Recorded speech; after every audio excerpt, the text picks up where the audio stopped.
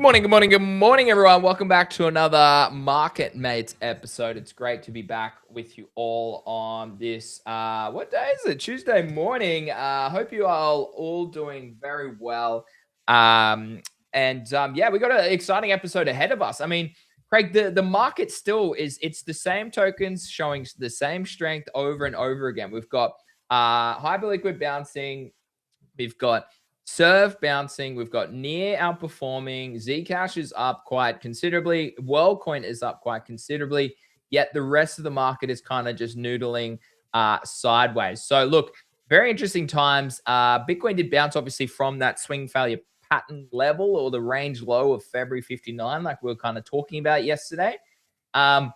And sure enough, we've seen a bit of a reprieve up to the 63K level. There was obviously that announcement yesterday from Trump, and we did see briefly 64s. It's an interesting time in the market for me. I'm actually kind of like just chilling. Not really looking to actively participate too much at this stage. Me, I'd rather see Bitcoin either go higher or come back down lower, and then I'll look for a position. But at this stage, yeah, that's how I'm kind of feeling. So good morning to you, Craig. You're feeling a little bit under the weather today, mate. Is that right? How are you? How's things?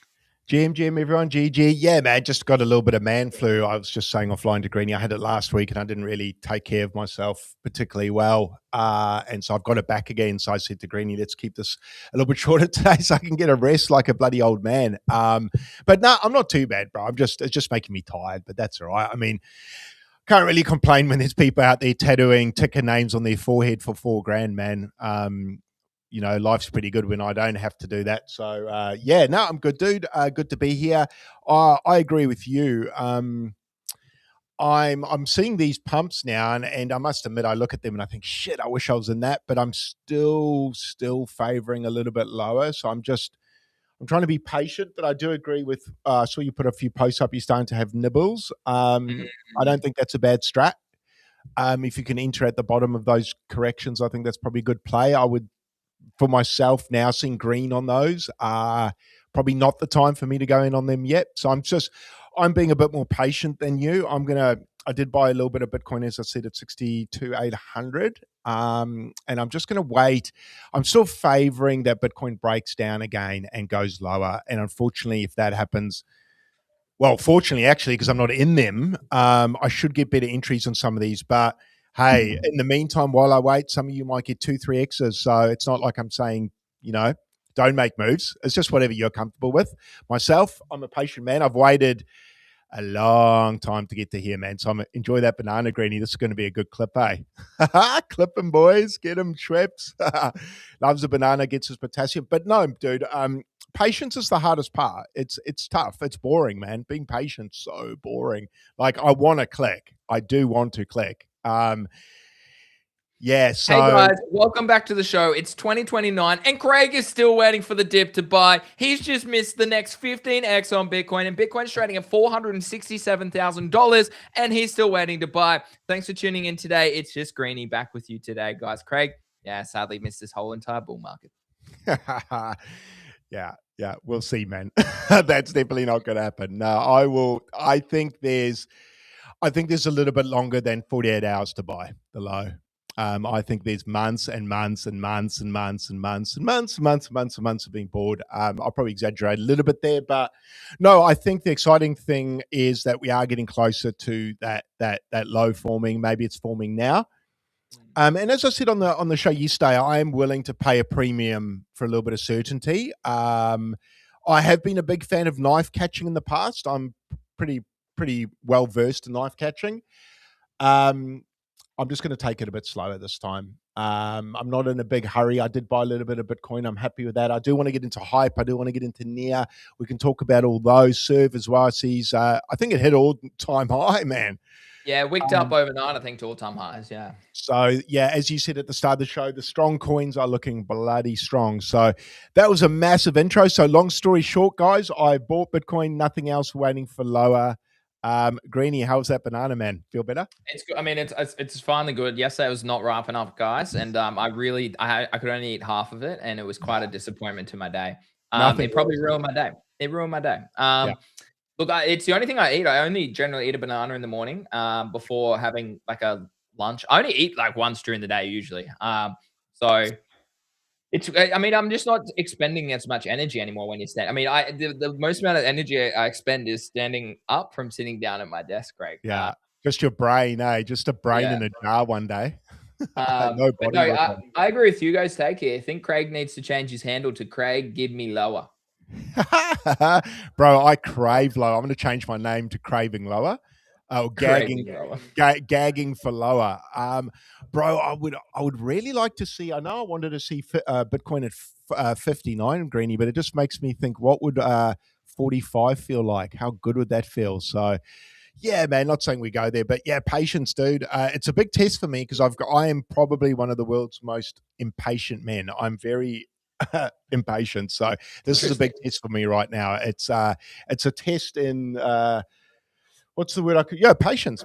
So we'll see how we go. Discipline. But, yeah, discipline's a good one as well. Yeah, so I am trying. It's not normally me. Like I said, I am a famous knife catcher. I did it a lot in 21 actually, and 22. So I'm trying to install that in myself. But no reason for you guys not to ape in and make lots of money while I sit on my hands. So go ham. But yeah, let's chat. I know there's a lot coming up about the big fella, MicroStrategy as well, so we can talk about that.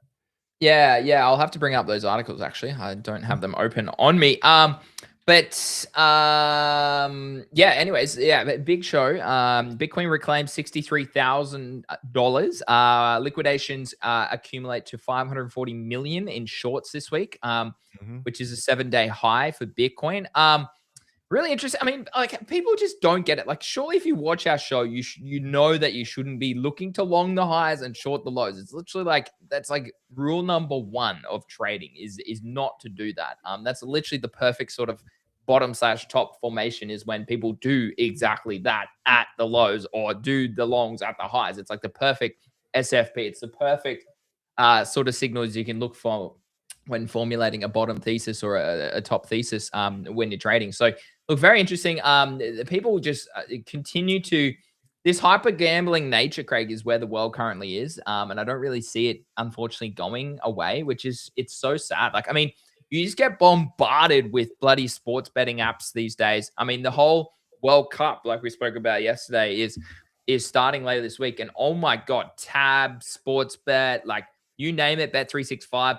The amount of promotions just going for those platforms to use their platform. It's actually criminal in my opinion that there's so much advertising in the world for that. But basically, just to add a point to that, to wrap it back to crypto, is a lot of people love to use leverage when they have no idea how to use leverage. It's a tool. It is a tool, and if you don't have the proper skill set and plans, etc., and you apply a tool to that, you're just basically going to rinse yourself. So we've seen that continuously happen over a long period of time. But Bitcoin bounced 7.5% from Friday's 59.3K low. The weekend recovery liquidated $540 million in shorts, highest level since mid-April. Experts remain cautious. Hey, are we experts? Remain cautious about the rebound, saying it does not confirm a trend reversal yet. I would 100% agree with that point.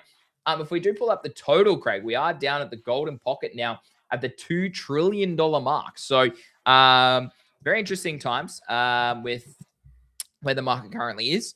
Yeah, any comments about that specifically? Like people just, yeah, look, people continue to use leverage at the wrong period of time, but no surprise to see a bounce. I mean, like we'll pull out the Bitcoin chart shortly, but like it was going to be probably an SFP and like a range low swing, and then we'll just see what happens. Do we reclaim with strength, or do we bounce really nicely from there, or is it just a little bit of a mini bounce and then we correct further? Yeah. I mean, as I said in my little monologue at the start, I'm personally feel like Bitcoin's still showing a fair bit of weakness, and I think it's favoring the downside still. Still looks weak to me, man. Even though that bounce from 59 was nice, but it just zooming out there like you're doing on the weekly. Yeah, I just think we go a little bit lower on that bad boy. But nice bounce, and obviously, as you said, those alts. It was great to see those strong alts continue to show strength. So that's good signs that they will continue to be strong now, and probably will continue for the next how long I don't know. Hopefully, long enough for me to get this dip, get my entry, and then everyone still loves those coins because obviously things can change. You know, we might get a dip in 2 months' time, and those shining lights at the moment may not be the favorable coins. But for me personally, Yeah, man, give me that 45 to 55K region in that zone, and I want to back my truck up. And that's when you'll see me get very greedy. I'll go from being very conservative to very aggressively greedy quite quickly. And that's when you'll probably be telling me to relax, Greeny, and chill out. That's when I'm going to go ham. Well, I mean, like I wrote a tweet, I mean, this morning, just saying literally like I've waited since September last year for a moment like we just saw over the weekend, and I decided to click buy. So for the first time in 9 months, if not longer, I have bought some tokens. And the token, I mean, it's not like I haven't been trading, like I've been actively trading, but from a spot perspective, I bought some spot tokens to kind of hodl for the foreseeable future. Um, yeah, it's I bought Craig, it's wild. I bought Hyperliquid at $57. It's already back at it was $64 this morning. Like it's already up $7 from where my buy was over the weekend, which is pretty nuts. So the strength is insane when you look at the rest of the market. Serve pushing new all-time highs up 19% today. Near, as I said earlier, is back above $2.12. I bought it at $1.90 over the weekend. BBV is one that we'll talk about that later in the show, but it's one that I just remain a little bit cautious on because it's been very parabolic recently. But as Craig said before, big news this morning. STRC, which is Michael Saylor's one of the companies or one of the derivatives or one of the bloody, I don't even know how the bloody Ponzi works. But anyways, and MicroStrategy shareholders have approved the amendment to move STRC dividends from monthly to semi-monthly under a new cadence. The first record date is June 30th. And the first payment date is July 15th. Thank you to every shareholder who voted. Basically, thank you for saving me because I know I fucked up with this Ponzi. But yeah, Craig. What does that mean, though? What does that mean? What does monthly to semi-monthly? I assume that's bi-monthly. So therefore, every 2 months they now. Am I right? I don't know. Semi-monthly means now and then, doesn't it? Fortnight? Does semi-monthly mean fortnight? I don't know. Like, or does it mean every 2 months? Is it every two? Like, does that mean 2 or just whenever he feels like it? Like, that's so. The real takeaway, Craig, from this is basically they're sacrificing the strategy token and sacrificing that side of it rather than selling Bitcoin. Yeah, I mean, I like that. I'm a fan. It's a better narrative. For me, it's better holding Bitcoin. I think it's better. Interesting. I mean, I guess he had to twice a month. I thought it's fortnightly. Yeah. Okay, so it's fortnightly, so semi-monthly. Yeah, interesting way to word it. More dividends. So even more dividends than before. Yeah. So what? Yeah. How does that work? Who's smarter than me here who can explain how this takes pressure off? Well, Mando said basically it's now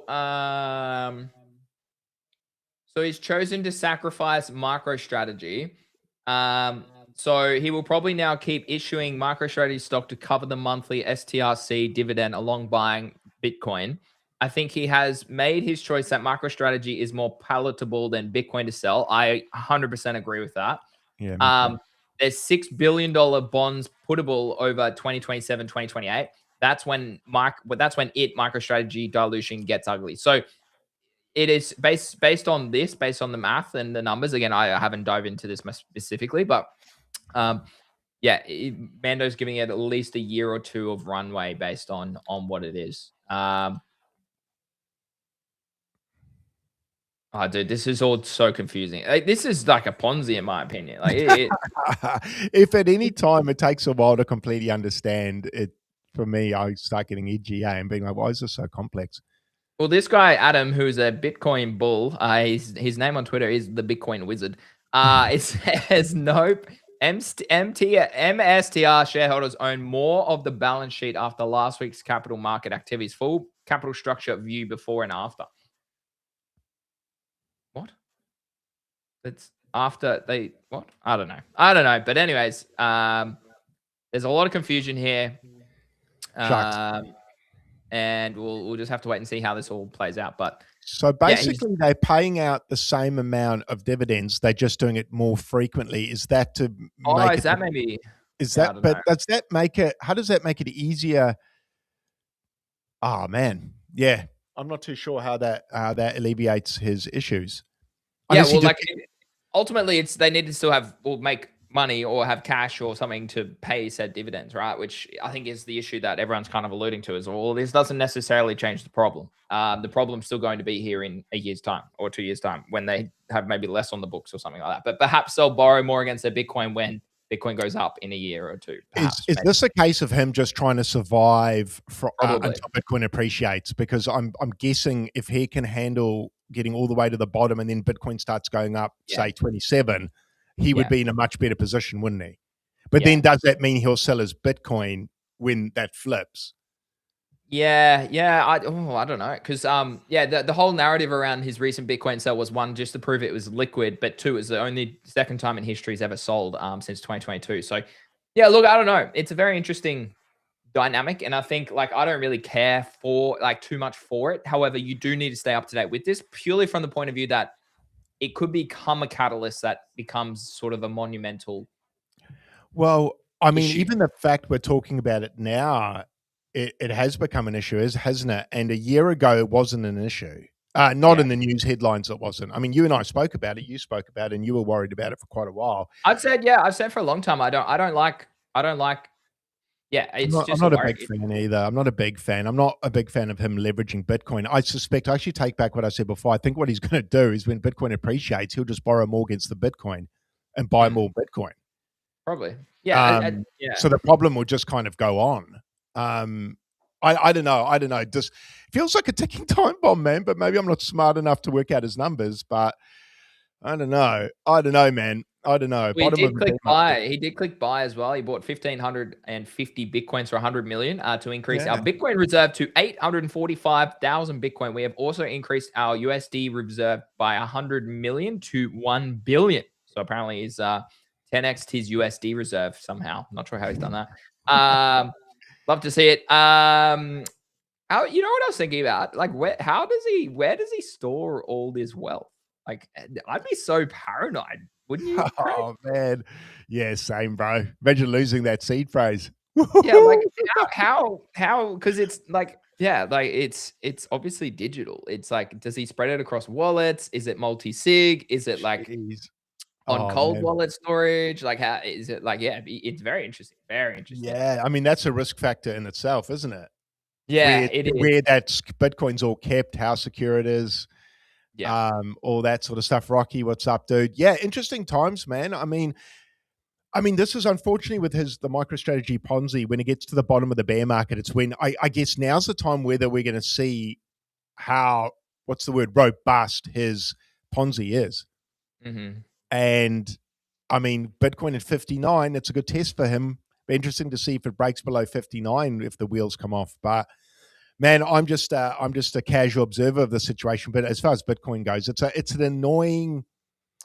annoying headline to have hanging over Bitcoin's head, Mm. um, just from the optics. But yeah, hopefully the big fella can work out what he's doing and not hurt the actual asset that we're also bullish on. That would be pretty shitty.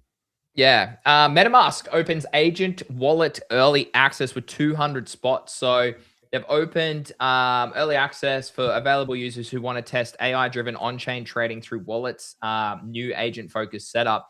The product is designed as a self custodial AI trading wallet that lets users connect an AI agent, set rules, and allow that agent to execute crypto actions inside defined limits. I assume that's what Easy was talking about with the whole prompt and Wayfinder stuff as well. I'm sure that's what a lot of people are building, but that puts Mhm. MetaMask directly into the fastest growing agentic wallet race where crypto wallets are shifting from passive signing tools into controlled execution layers for autonomous software. Uh, Big news. I mean, when's your token dropping? Yeah, like When's the airdrop? yeah, no one cares about all this stuff. We just want our airdrop, man. Where's our Well, free you can't money? come out and Actually, it's not farm. even free. Where's our tax coming Well, back? OpenSea are wanting to move the perps. MetaMask is moving to bloody agentic shit. Like, bro, you can't advertise people to. You can't advertise an airdrop, then just delay it and delay it and just eventually never launch it. And then go look at our new product, come and spend with us. It's like, fuck you guys. You ask money. OpenSea, that goes 10 times for you as well, man. Like, what the hell are these guys doing? Why? Far out. It sucks. I want my stimmy greenie and it will hit real good too. I don't think MetaMask would be very good. I think OpenSea might do all right. I had a really good conversation with a friend on the weekend at this wedding. We were talking about how AI. His point of view was he thought that with AI evolving, it would make it harder to have an edge when trading or like investing anymore.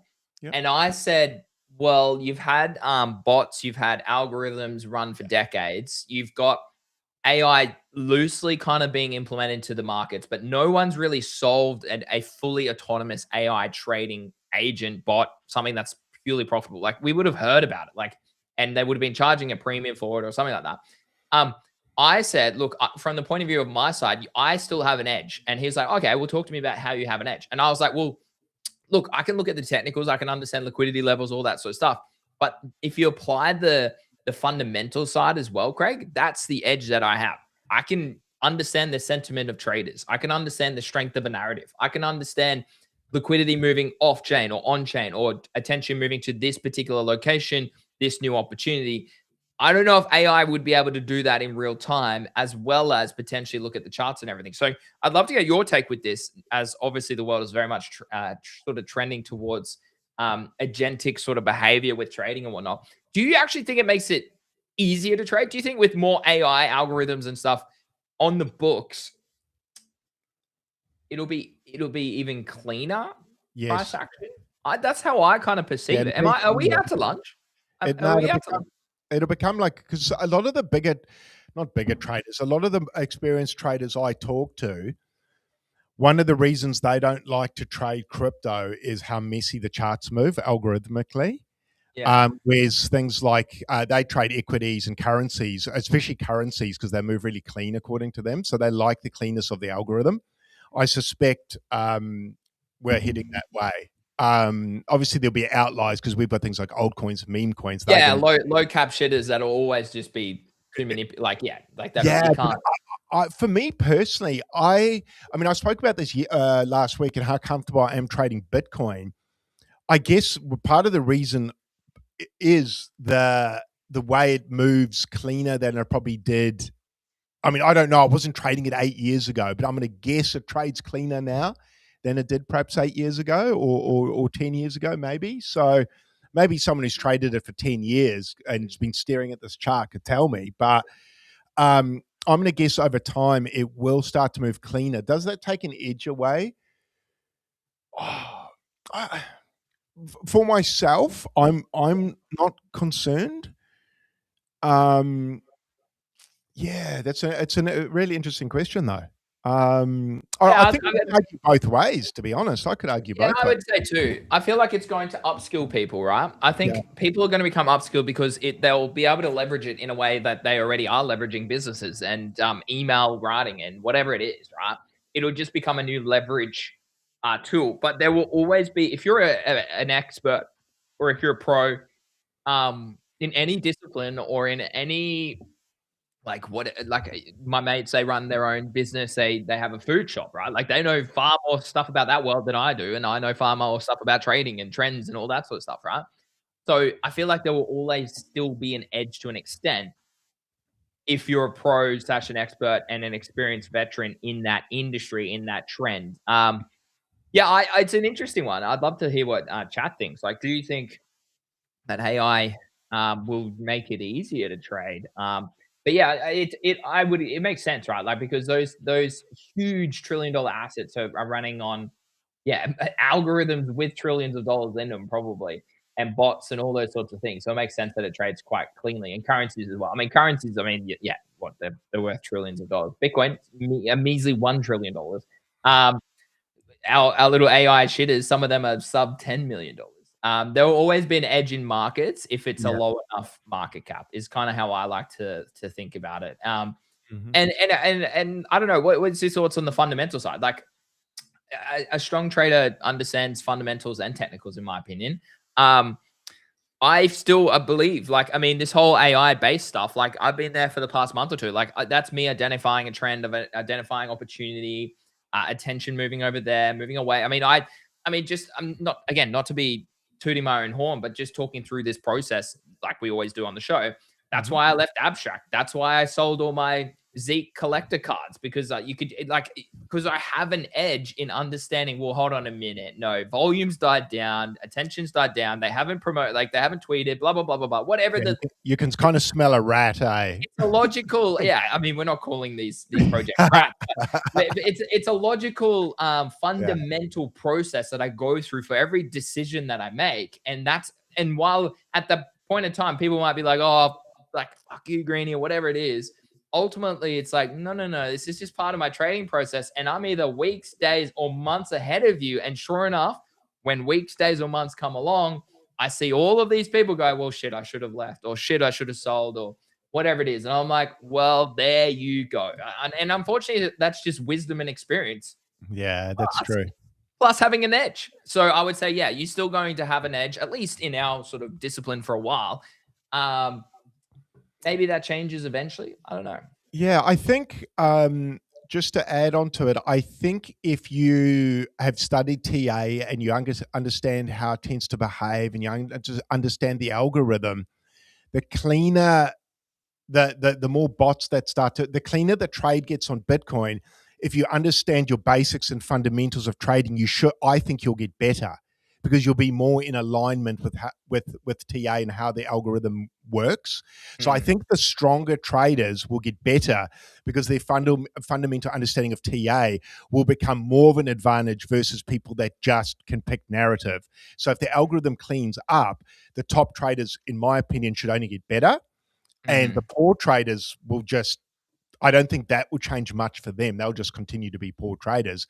But I think the top tier would get better if the chart moves cleaner, because then TA becomes more predictable in a way. So, but then you could also say, well, if everyone's getting it right, will it move the other way? You can get into that sort of argument as well. But I just think if the chart gets cleaner, your traders that understand those moves should be able to be more profitable. I think that's how it may pan out. But That's kind of how I like to think about it. That's kind of how I like to think. I think if you don't think of it that way, then what's the point? Like if you didn't think that, then I just, for me, it's kind of like maybe if you're a cricketer, not that there's many cricket people listening, but if it's a nice flat wicket and you go out there to bat, it's easier. Maybe it's just familiarity with a wicket. You get better at it. Some people don't. That was a bad analogy. Actually, I can't really get that on my man flu brain. I thought I had a good idea there, guys. Sorry. Well, I mean, like as someone that played professional cricket, well, not at a high level, but like at junior school level, I played against some boys who play for Australia now. Yeah, I agree. Like if the pitch is like if it's a spin wicket, a spin pitch, or if it's a green top, like yeah, you got your edge goes out the window and the edge goes into someone else's favor, right? Or perhaps you are someone like for me, like it was a batting paradise. I always like I was just a smaller boy. I couldn't hit the ball as far as some of my mates because they were just bigger or they had bigger levers or they were stronger. And so sometimes when it was a little bit more on the bowler's favor, that favored me because it meant that I could play more patient compared to if the game needed me to trade more trades. God, look, I keep bloody talking crypto. If they needed me to score at a higher rate, sort of thing. So yeah, no, I get it. I get that analogy. I got you back, man. I got you back. Thanks, Granny. Thank you. So I think it should get better over time with trading, but I think as well for the people that don't like hearing that, there can be plenty of opportunities for the algorithm to be going wild on low cap shitters. Yeah, so we're still going to be like, it's still going to be crazy charts doing crazy stuff, no doubt. Yeah, 100%. Well, I mean, let's speak about AI, big data tokens as well. They continue to thrive, Craig. I mean, over the past 24 hours, there's been a bunch of them up 30%. Market cap is up 2.24% in the past 24 hours. Volume up 2.5%. In the past 30 days, we have seen a larger correction. However, I still think we're very early to this narrative here. If we have a look here, we're only at a $19.8 billion market cap for AI and tokens. So, like, I feel like this is our corrective wave. As you can see here, I'm waiting for that next sort of higher low to form in the coming months here before we probably see 100 plus billion in AI market cap in crypto tokens in probably 2028. So look, it continues to be the level of where people are interested in. I mean, if you just scroll down this list, there's been some absolute senders over the past few months. None other better than Surf. Now, the really interesting point about this is this person, Tommy, I'm not sure who he works for. Let me just pull it up. Founding partner for Delphi Ventures. Okay, so he's a venture capital guy. The most basic way AI could blow up, in my opinion, this went pretty giga viral. I'm pretty sure. Yeah, 1.4 mil. Basically, it was just like how it becomes. It's quite a long thing. He didn't do a TLDR, did he? No, I didn't. But basically, he goes, I'm not saying it does blow up, but this is the most obvious way I can see it happening. Per seat subscriptions are massively subsidized. The flat fee was priced way below what heavy usage actually costs. For real businesses, real business use, you have to move to API anyway. Data protections, work integrations, compliance officer approval. On the API, you pay metered rates, and businesses are burning credits faster than the per seat pricing ever led them to expect. This is why that happened to Google, I think, which is what he goes on to talk about it as well. And why platforms like OpenRouter, which is what I've got mine attached to, and Venice AI is obviously a big one, is with my Mac Mini and everything. But basically, he goes on to talk about, well, yeah, that makes a lot of sense. The compute required for AI was massively subsidized with the fee, and that's why API usage makes a lot of sense for a lot of these companies. The Coinbase founder Brian Armstrong comes out and says, "Good take. My guess: demand for intelligence is near infinite, but 80% of workloads will be running on 99% cheaper models within 12 to 18 months. 20% of the workloads will still run on latest gen models where IQ maxing is important, such as scientific breakthroughs, higher level orchestrator agents." Next point, I apologize, guys. Rough analogy might be what percentage of MacBooks or gaming PCs sold have the maxed out specs for CPU/GPU. Prices are falling much faster than Moore's law here, though. This leads me to think the limiting factor will be energy and compute, not necessarily better models. At Coinbase, we're working hard to routing prompts to cheaper models where appropriate. And in some cases, we have been able to keep costs roughly flat while token usage continues to grow exponentially. Very interesting point. OpenServe had a giga viral post on the weekend. It went over, I think it did over 1 million views as well. But Serve decided to quote tweet Brian Armstrong's response as well. Serve is the agentic reasoning engine solving exactly for this. For enterprises, financial institutions, banks, and even governments deploying AI in production, the next frontier is reasoning compression. Cheaper models reduce the cost of intelligence, but they do not solve the cost of decision making. Most business decisions are not about raw IQ. They're about applying the right process, policy, workflow, and rulebook reliably. Craig, we use AI and it is unreliable in our workflow every day trying to get some of these articles that we're trying to talk about. So this is proof of the pudding right here.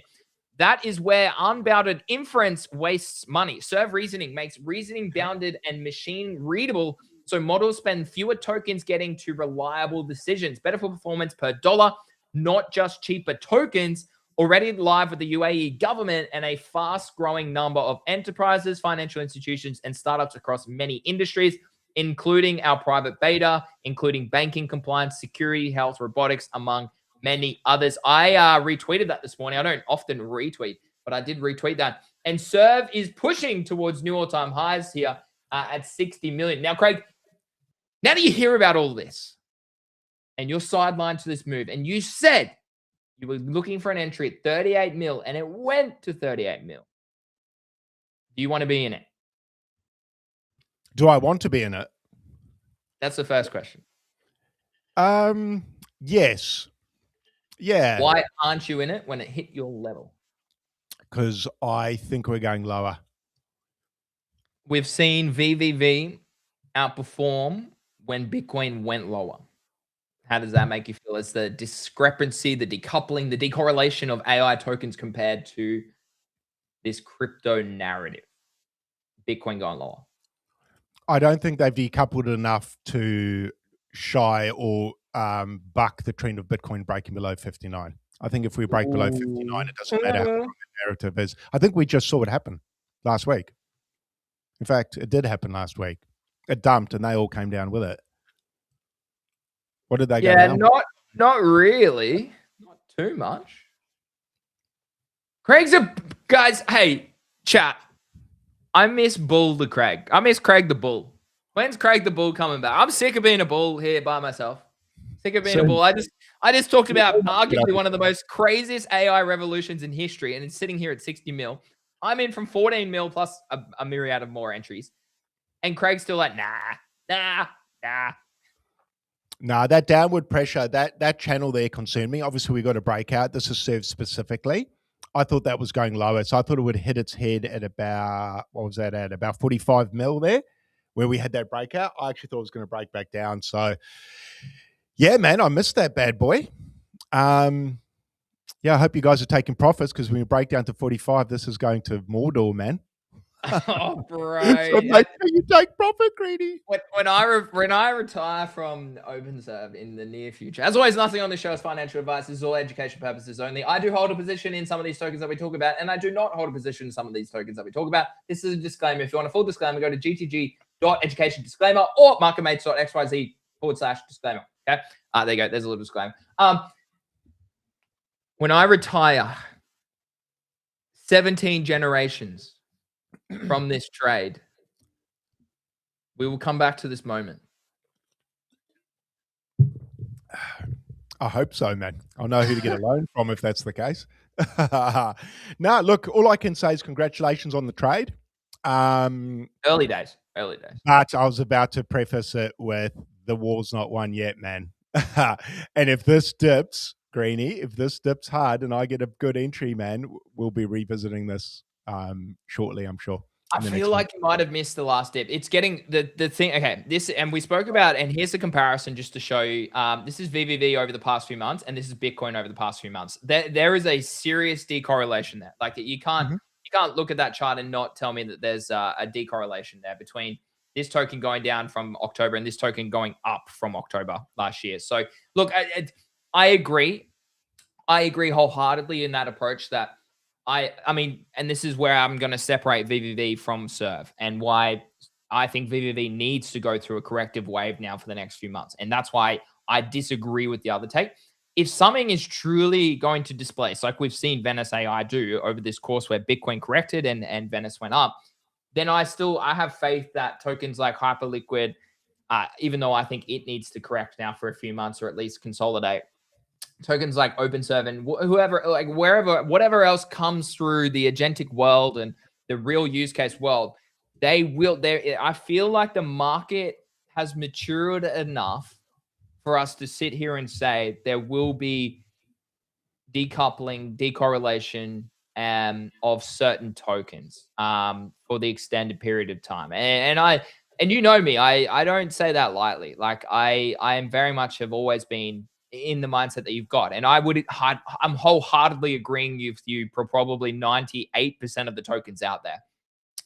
I see a lot of tokens needing to correct at some stage or consolidate. Okay. But I would say that I still think there's going to be exceptions. So for me specifically, I think it's it could be huge. If it keeps on going, you never know. Like they could dilate the token, they could do a raise, and then who gives a shit about the token in crypto? Who knows? Who knows what happens? But the I just wanted to show this chart because I think a lot of people are like, oh no, well, they would agree with your take that if Bitcoin goes down, naturally everything kind of goes down. And yeah, we've seen that. But I mean, over a long period of time here, we've seen BBB go from $1 to $20 in the same time Bitcoin went from 120K down to 60K. So it's very interesting, I thought. Yeah, I think probably something to consider as well is moments in time. So there'll be moments in time perhaps it outperforms, but to say I'm not 100% sold on the complete decoupling yet. I'm not sold on that. I think this could outperform for a moment in time, but I don't know if this is an indicator of we're seeing a complete decoupling from Bitcoin yet. Perhaps in time, we will, but I still think Bitcoin leads the market. And even though this could outperform for a moment in time, I'm just not completely sold that it's broken away and it can just do its own thing. And I still think, I mean, yeah, I agree with you that you can't argue with that. Bitcoin's gone down for X amount of months. That's gone up for X amount of months. Does that mean decoupling? Maybe. Or is it a moment in time this has fared well? And I mean, this is VVV specifically. Yeah. I just can't enter at all-time highs. And after no. I agree on that. I think this needs correct. Like I look at this. Like this is the weekly stochastic. It's at the 80th percentile coming down, turning bearish. This needs to go through a corrective wave. That's why I'm thinking like people are like, oh, Greeny, what about Venice compared to Server? I'm like, it's a different trade now. Like the VVV's been parabolic since the end of last year. it's up bloody 45x depending on where you got in. Like you could have got in anytime late 25 and it's up 40, 20x depending on your entry. So of course people probably need to take profit. Plus, it's come out, it has this swing failure pattern, it has an external swing failure pattern, it has an internal swing failure pattern. I want to see if this is going to be a leader of the next bull market, continue making revenue, continue growing adoption, blah, blah, blah, all these sort of things.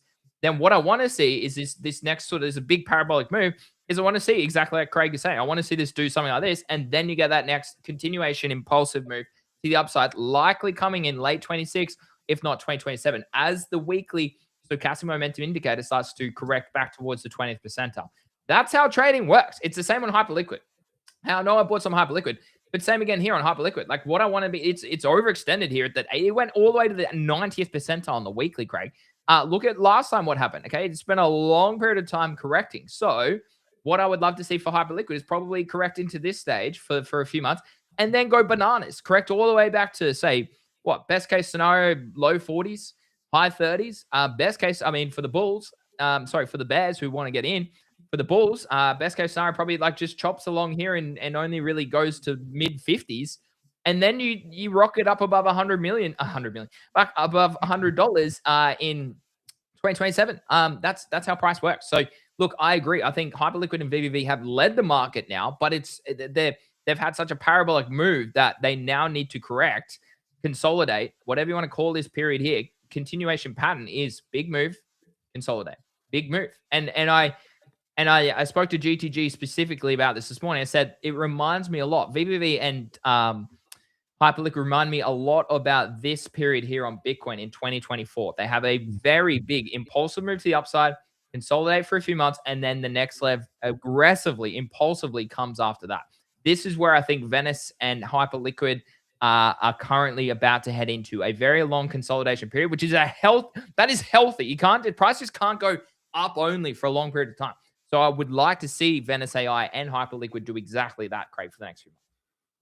Yeah, yeah, and that's what I think on those two to do. Serve's the harder one. Serve, I just thought we'd have to, excuse the pun, serve a little bit more time in consolidation, and it didn't. So it broke out. So, yeah, I thought we were going to serve a little bit longer. I thought we were going to break a bit low. I thought we were going to hit our head on that descending wedge. It broke out, but that was quite clean. Admittedly, that was a good trade. Like where you bought there, that was a banger. Like that was the spot. That was the spot. It is 27 days. 13 days. So like it's a 2-week period after an impulsive move to the upside. So I mean, but now I want to see this. I said this yesterday on Twitter. I said, look, I want to see volume come in. I want to see it take out that high, and I want to see it take out that high and push up to like I want to see volume come in as well and support that move. So what I like, Craig, and what I was alluding to before, and what we spoke about NFTs yesterday is unique holders owning this token is increasing at the fastest rate I've seen it over since I got into this at 14 million. Yeah, so that's a good metric. It's up like 1,200-ish. I think I got into this at 14-ish mil. There's about 2,100 people in it. So it's up maybe 1,200, 1,300 people. But in the past week or less than a week, it's gone from 2,800 to 3,400. So there's like 600 new owners. Yeah, like that's good. That's like a big percent. That's a 25% increase over the past week or two. Like that's the metric I'm watching. I don't really care about what price does here. It's a longer term trade as long as they can maintain like all of what they're building. But I like seeing unique ownership going up. Like the holder count going up on this token is very bullish for me. Agreed. No, that's a banger trade. Another thing to add to that as well, just holistically on the market, we've actually seen a massive pump on daily exchange volume, dude. It's gone up. It flatlined at 26 billion. It's just pumped to 42 billion in what? Oh, bro, a week. It's added. So do you think that's people buying or selling, or? I think that's that. Well, I think so. Probably a combination of both, but I think buyers stepped in as well. I mean, there's a bit of green in the market, so I'd say people have been buying. But yeah, that's a massive spike, bro. Like it hasn't hit that level since November last year. It hasn't broken 50 billion since November last year. So I've been tracking this, and 50 billion was one of my targets. What does it mean for like? How do you use it to like what? Like how do you use that as a metric to trade or to analyze, or what does it mean for you? Yeah, for me, it means fresh blood entering the market, new liquidity. Obviously, on Okay. bottoms, it can mean sell. So it's not the sort of thing you can just look at bottoms and be like, oh, it's pumping now. People must be buying. As you said, it could be exchange volume with people selling as well and things like Yeah. that. Okay. But if you watch it for long enough, like it's been flatlined since October last year, and it's tracked at it's flatlined at 24 billion's really been about 22 billion's been the bottom for a long time since February this year. So this is the first time since February that it's broken above 38 billion was the prior high in Feb. So it is good signs for me. Looking at that, for what it means for me is people bought the dip. Some people panic sold, so that will give a bit of the volume, and then people took advantage of the dip and started buying. So things probably like Serve, Hyperliquid, probably Zcash, probably had a lot of buys. Looking at that chart, which we can speak about as well, because that's actually had a half decent recovery for a coin that got a lot of FUD. If you bought the bottom of that, you're probably laughing Well, right now. yeah, you're up nearly 2x probably. So look, there was a point of control was literally a little bit lower. I said that to GTG this morning, it's sitting about 230-ish. Look, even though it's bounced really nicely, it's sitting above on the weekly, above the VWAP. The power of TA is crazy. But yeah, you still got a greater correction move here. Looks very likely. I mean, on the weekly time frame, so I wouldn't be surprised if it does continue weakness down here. I mean, like I'm just not interested in this, Craig. It's just No, as you not like to after say, what happened for me. if criminals are using Monero for privacy, well, then that makes more sense to me. It does. I mean, I think Zcash. I mean, without knowing too much about privacy, it just seemed like it was a narrative that was spun up by a bunch of people. Yeah. Because the same narrative could have been used for XMR, but obviously that's not. I mean, I don't know, bro. Is it a conspiracy theory to think there were unlimited tokens being minted and perhaps that was being given to people? I don't know, bro. I don't know, but just strange. But no, I'm keeping away from that. I wanted to ask you, going to Serve, if you're on the daily, where we've just tapped that all-time high now, do you Or we're think that's just below it. Yeah. yeah, is that a double top?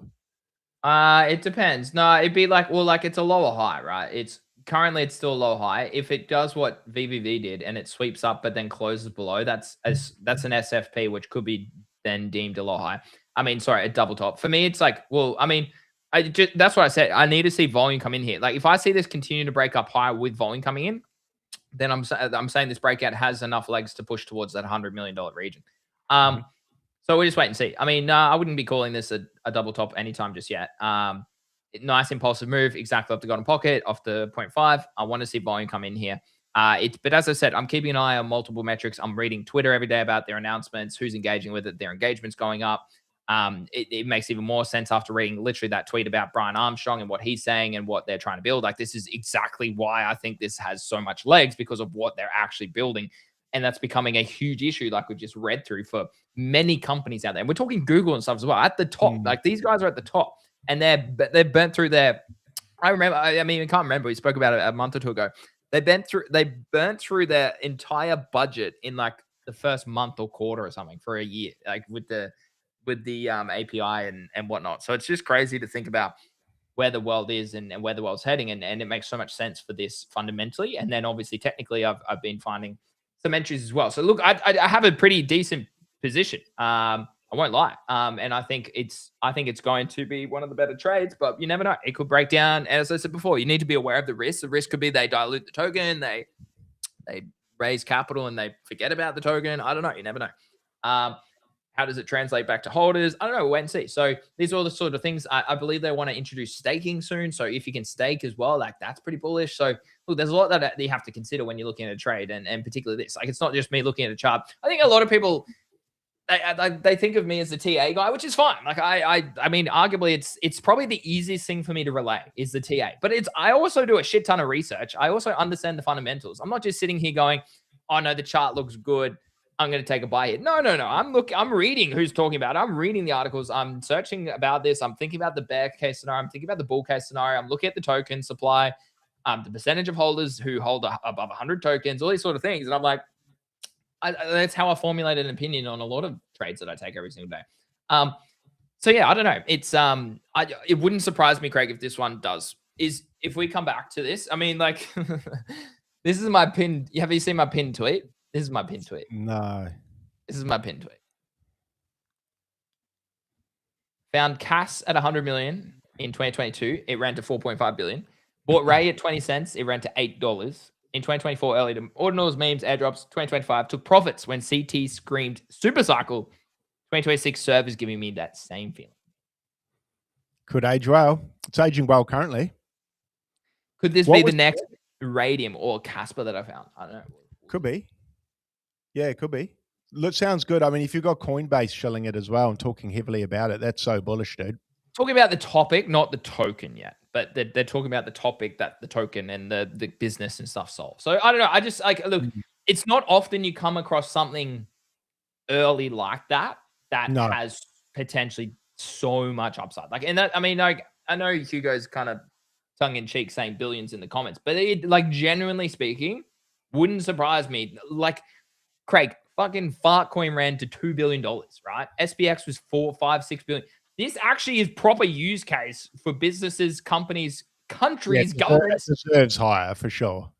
Virtuals ran to $3 billion, $4 billion. So, like, naturally, you have to assume in a bull market, given the right market conditions, as long as they can, and this is it, it's a roadmap. Like, they have to keep shipping and continuing the goal of the business. Like, it could fall off. You never know. I could wake up one day and be like, it's at zero because something happened overnight. Like, it is what it is. But it's pretty rare for me to sit and yeah, you know me. I'm not like I've talked about it, and there's a reason I'm talking about it.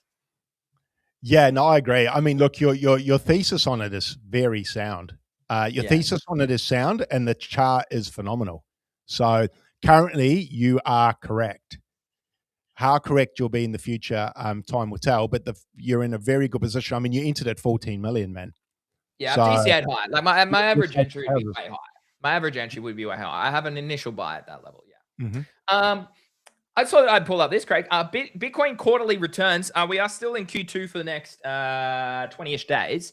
In 2022, the last bear market, Craig, we had 4 quarters in a row of red price action. Look at the brutalness of Q2 2022. 56% correction. That's crazy for Bitcoin. Yeah, dude, I just want to comment on this and say, well, do you think 2026 is going to be a full red year? Do you want to make a little prediction, fun and games here, or do you think we have a bullish quarter at some stage? I think we see a green Q4. I like the. You know what? That's what I kind of think as well. Yeah, I think we see a green Q4. I think, even though I sound really bearish, I'm actually extremely bullish. In the way that I think we're very, very close to that transitional period now. I think we're in it. You've spoken about it, the transition from bear to bull.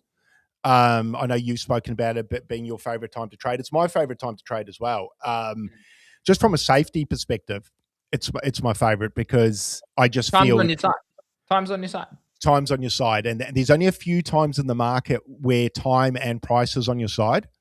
Yeah. And that's probably for the next 6 months. I think time and price is on your side, and that's quite a rare and unique time in the market. Because in a bull market, both of those are not on your side as much. Price can run away from you, and time can run away from you, and time can end quite quickly. I mean, if you ask everyone listening right now, you know, probably the top probably fooled a lot of people, and bang. And the trouble with tops, man, and this is the same thing with bottoms.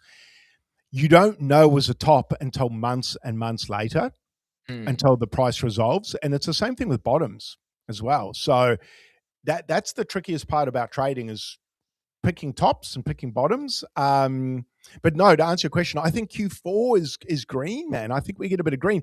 Q3 interests me as well. Could we see a green Q3 and Q4? Just depends on what happens in June, I suppose. Yeah, What's I do agree.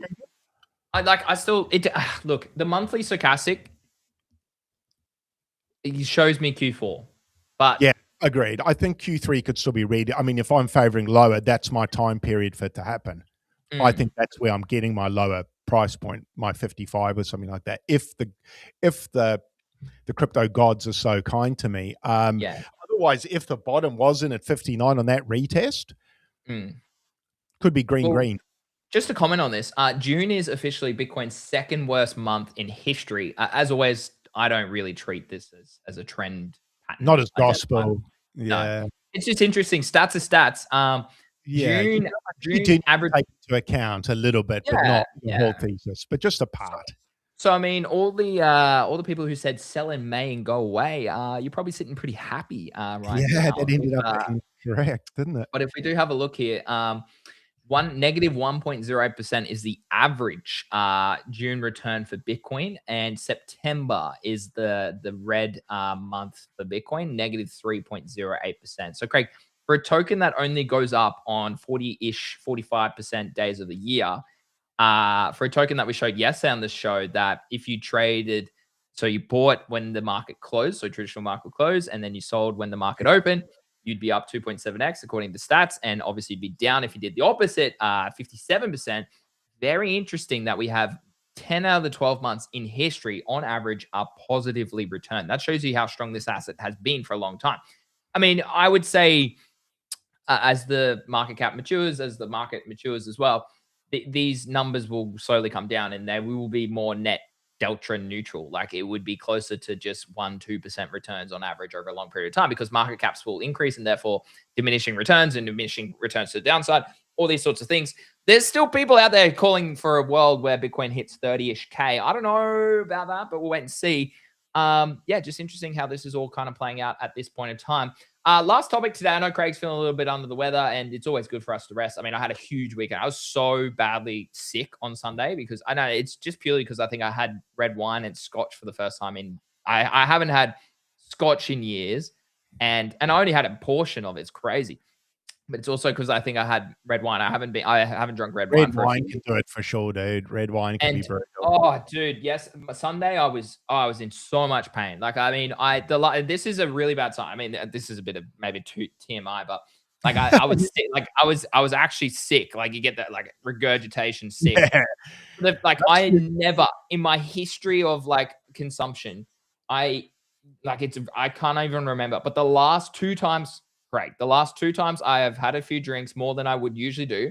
I have woken up not the night of, but the day after or the morning after and been visibly sick. That is yeah. a sign to me to stop drinking Well, alcohol your in body general. doesn't like it, does it? I mean, it's an interesting cultural phenomenon we have with drinking. It's quite strange. Um, For the it's a Americans poison, in the right? It's a poison. And, I'm coming it from is, being a it person is. who's quite a heavy drinker. I've cut back a lot, like 90%. Yeah, good on you. Um, yeah, well, I had to do it, dude. I had to, unfortunately. Well, actually, fortunately, just if I want to live a bit longer, I thought, well, I'm going to have to start to pull back. So, yeah, I've cut back massively, man. It's just, yeah, a lot of people rely on it. I mean, myself included, and it's quite a big stress reliever. So, but no, I noticed the same as well, man. I was just pulling up so bad. I was like, I can't keep doing this because what it gives me isn't as great as what it takes away from me for the next Yeah, couple of days. yeah. And I love working, as silly as that sounds. I actually No, enjoy same, what I dude. do. Same. So if I don't get to enjoy what I do, then is it really worth doing it? If it takes that away from me, yeah, anyway, long-winded way of saying, yeah, I agree with you. I see what you're saying. Maybe, yeah, it's a maturity thing as well. And after a while, I mean, you've served your time, you've got all your weddings done, so maybe you can have a bit of quiet time now until Christmas or something. Literally, yeah. That's That's our what I'm last doing. wedding. I'm bunkering So down to see, man. that's. I mean, and it's like, yeah, I. It's so expensive now, Australia, And and it's that's hard it to for the. avoid people drinking too, man. No, Like no, people, that's the hardest it's the part. Like first I thing they go want to do. They're like, let's catch up and have a drink. I'm like, fuck. and like even on Can the we have a weekend, sandwich or something? I'll play golf with a mate, and we're like, "Do you want to have a beer after?" It's like, yeah, like that's just standard. It's Like just, Australia's drinking yeah, culture is very different to America. For those out there who are from America, a very different culture. Like it's literally like ingrained into Australian culture. yeah, Um, So yeah, very interesting. I mean, no. So my plan is to be. My wife would be very happy. But the plan is to step away from the grog for the foreseeable future. I mean, yeah, I think it's a smart choice. I know it's a tough time. You go to weddings and stuff, and it's like it's becoming more normalized in my friendship group for people not to drink, whether they're the Deso Dave or just purely out of choice, or they're trying to start a yeah. family, whatever it happens to be. And yeah, I think for me specifically, it's time. It's time for me to do that. So Last topic today, Craig. Apes are back over $15,000. We are rich again. Love to see it. Go. Hypers have pulled all the way back to 17,000 US dollars. Pudgies have gone pretty much nowhere. Still down at $7,000. Punks at $5,000. Normies have corrected over 50%, Craig. They're now back at $630 after getting to 1,200. Non-playable characters pretty much break even on the 30-day change. Yeah, look, honestly, we spoke about NFTs yesterday, but I'm probably not that interested personally. I think Ethereum's the biggest hedge. Sorry, NFTs are a hedge on Ethereum, but Ethereum's weakness could arguably go lower in 2026. So, are you interested in buying NFTs if they go lower, Greg? No, Yeah. no. I It's a tough want. world. It's a tough world. I need to pick between, obviously, if money wasn't an object, as we spoke about, yeah, man, I'd love another couple of apes on a dip. That dip to 12K or whatever it went to, that would have been probably the time to buy another one. I think that's about the bottom for them, isn't it? It's about 10, 12K. They tend to bounce around there all the time. So I would have loved to, but as much as I seemed hesitant in buying those altcoins before, that's where I would actually like to put that money that would buy an ape. I'd rather put that 12K, now 15K into some of those alts that are bagged out before. The ape that you have as your PFP, how are you treating that trade? Are you going to sell it at break even if it gets there, or are you holding it for 100 grand, I'm selling it. So yeah, you hope that it's a 5x. Okay, cool. I'm hoping to sell it. I'll probably front run 100 grand. I'd probably sell it at 80, dude. I'll probably sell it at 60, maybe even. What catalyst do you think gets it to? Do you genuinely think they can get back there? The more this time goes on, and I'm very bullish on Figgy and everything and what they're kind of doing, but as more time goes on, I struggle to see a world where 100K might be tough. Yeah, and I struggle to see a world where punks go. Yeah, I like. Do punks ever go six figures again in the coming years? I don't know. Yeah, I mean that's the tough thing. Look, I think it's going to need a couple of things. It's going to need Figgy, the CEO, to keep working his ass off. So Figgy, if you're listening, you know what to do, man. Get to work. Keep working. I think we will need to rely on Ethereum appreciating in price as well. Yeah, that's fun. Yeah. So if Ethereum can go to 4K again, 3 to 4K, then I think we'll be sitting pretty. It's just it might feel pretty bad, I think, though, for about 3 months. I think the NFT meta might cool off for a little. In fact, it's been cooling off. I think we're already serving time now. I think we're in a bit of a downtrend now with these. I think some altcoins are going to be the flavor of the month or two now. I think NFTs won't be. This is a gut feeling, guys. And I think NFTs will start to pop off again around Q4's my prediction, when Bitcoin starts to bottom. I think we just need Bitcoin to go sideways. Yeah. Give these a bit of a breather, which is kind of happening now. We're seeing a bounce, but that's because Bitcoin's bouncing as well. My 100K prediction is, yeah, look, I'm probably not supremely confident on that call. That's more just me giving a nice round number. If I saw, say, the 60K range, I'd probably take it. Yeah, something around there. I mean, I got in at, say, 24. I'd probably take 60, and just hope greed doesn't take me over. I think we need a couple of things to happen. I think the company needs to keep shipping. They need to keep making announcements. They got a long road ahead of them, man. Like keeping. so does most NFT collections. Yeah, like to keep collectors engaged. Because one announcement is forgotten about a week later. So it's a very hard gig, bro, for these guys. So yeah, it's an uphill battle. I think we're going to need Ethereum to recover a little bit, and we're going to need the team to do very well to make these go up in a decent enough fashion for us to get a big win here. Am I concerned? Yeah, man, I am concerned about prices, but not enough for me to dump my Bored Ape at 15K. What price would make me do that? None, man. I'm riding it to zero, Greenie. Yeah, fair. I don't mind that. Yeah, fair. Makes sense. Kind of have to think like that for now. I mean, that was I don't have to think like that, but no, more Q4 for me is more time where I'll start to look at this and see if my thesis is right. Hugo, what do you think? Bored Apes to 100K? Surely you think that. But like, I want to know, yeah, like, And how is the tough part? How? yeah, Why? but like, I mean, Hugo says NFT parabolic run will come, but why? Like, tell me why. Like, why Yeah, the will why it is the come? hard part. Like Yeah. we saw last year, we saw Pudgy's run to 70.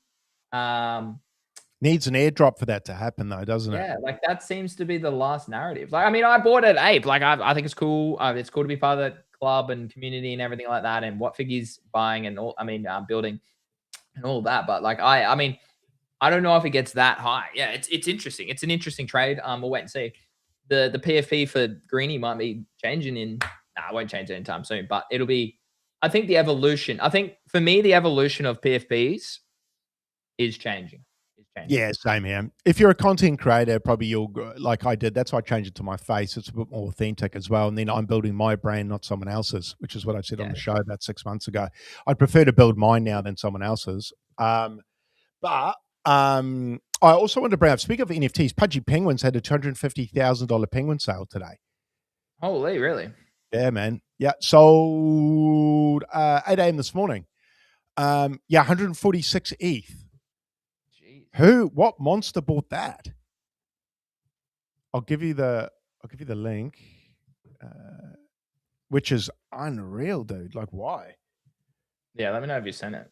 I'll see. I I just can't. sent it to you then. It was a Grail sale, so maybe it was. Oh, it was not on. I wonder if they do it off the books. Oh, Yeah, Adam bought it. oh, it's the only left facing penguin. Okay, yeah. Yep. So that Yeah, bought. Yeah. Okay, that's Adam. Okay, right. That's yeah, a big sale, but I mean, we kind of need other whales to come in and buy these, eh? yeah. Not Like it just the can't same just be guy. Adam. Yeah, yeah. I mean, good on Adam, but shit, need a few other gazillionaires. Yeah, it is Adam, apparently, Brad. 250K, man. This guy's just his money. He's a billionaire, bro. He's a What does billionaire. his wallet look like? Jesus, man. He's got more ETH in his wallet than I've got a zip code here, man. It's just ridiculous. It's like far out. Oh, what a collector, eh? What a good guy to have. If you start an NFT collection, you've got to butter that dude up, man. That'd be the first guy I DMA. Hey, bro, have you checked these out? Like, Yeah.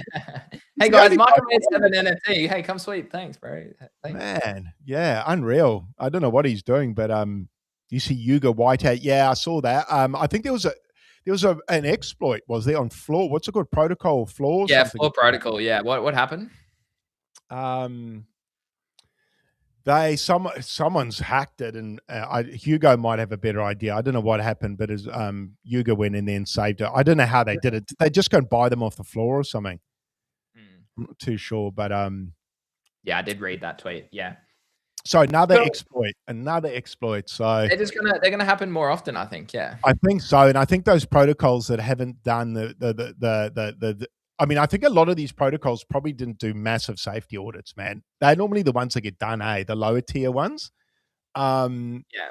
So, man, it's a bad time to be in DeFi and stuff like that, isn't it? And these sort of protocols just getting hacked left, right, and center. I don't even know what that protocol was. Was it a lending platform or something, or something like that? I don't know. Yeah, I'm I not don't know. sure. Yeah, I think it was maybe a lending pro. I don't know. I never used it. I'm No, I I'm too scared to use all these bloody things. Same. So. Yeah, Yeah. same. All right. Great show. Thanks for tuning in, everyone. Hope you have a lovely day / lovely evening, and we'll be back same time tomorrow again, 7 p.m. Eastern Standard or 9 a.m. Australian Eastern Standard Time. Craig, any last words? Nah, thanks for pulling up today, everyone. We'll be back, back tomorrow. Shout out to Adam for buying that $250,000 NFT. That is bloody madness. But back same time tomorrow. And cheers for the show. Sorry, I was a bit under the weather today, guys. But good show. We covered a lot. Fear and Greed is at 8, bro. Yeah, send us lower. Is at 8. So shout out, guys, if you're feeling. That's why I did buy. That's another big reason I thought about clicking buy across the board. Very low. That's very low. 8's the lowest I've seen in quite some time. So, man, historically, not a bad time to buy. So, those buys might appreciate well. Hopefully that $62,000 buy for us appreciates well over time. But, thanks for pulling up, guys. Shout out to, obviously, the FOMO. And hopefully we've got a few more partner announcements coming out in the next couple of weeks. And I've actually had Greeny. I've had a few other potential partners reach out to me in the last couple of days. So we might have some stuff to talk about soon, bro. So good news for Market Mates as a brand. The show must continue. So shout out to, once again, big thank you to all the viewers for pulling up. and listening to us ramble today, Greenie, about the market.